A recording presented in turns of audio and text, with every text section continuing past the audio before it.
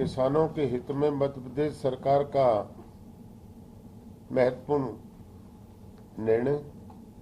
मध्य प्रदेश सरकार सदैव किसानों के हित में कार्य करती आई है। हमारे अन्नदाता प्रदेश की अर्थव्यवस्था और समृद्धि का आधार है और उनके परिश्रम के उत्पादित उपज का उचित मूल्य सुनिश्चित करने के लिए राज्य सरकार पूरी प्रतिबद्धता के साथ कार्य कर रही है। जैसा कि हम सभी जानते हैं कि भारत सरकार द्वारा इस वर्ष ग्रीष्मकालीन मूंग के उपार्जन के लिए मध्य प्रदेश को 445 लाख मीट्रिक टन का लक्ष्य निर्धारित किया गया था। भारत सरकार की योजनाओं के अंतर्गत राज्य के कुल उत्पादन का अधिकतम 25% उपार्जन किए जाने का प्रावधान है।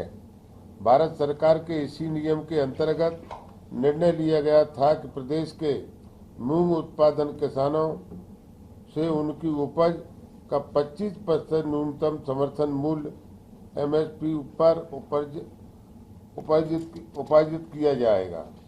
आज किसान प्रतिनिधियों के साथ हुई चर्चा के उपरांत किसानों के वक्तव्य के हित में ध्यान में रखते हुए मध्य प्रदेश सरकार ने एक महत्वपूर्ण निर्णय लिया है। अब प्रत्येक पात्र किसानों को उसकी मूंग उपार्जन का 25% नहीं बल्कि 60% उपार्जन किया जाएगा, जो नर्मदापुरम, सीहोर एवं हरदा जैसे जिलों में लगभग 3 कुंटल प्रति एकड़ आता है।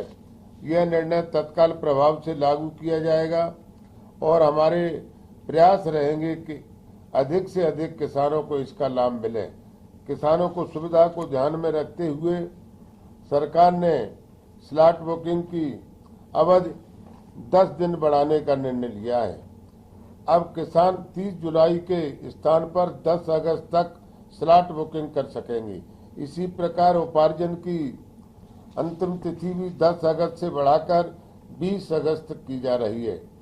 मैं प्रदेश के किसान भाइयों और बहनों से आश्वस्त करना चाहता हूं कि मध्य प्रदेश सरकार सदैव किसानों के हित में खड़ी है।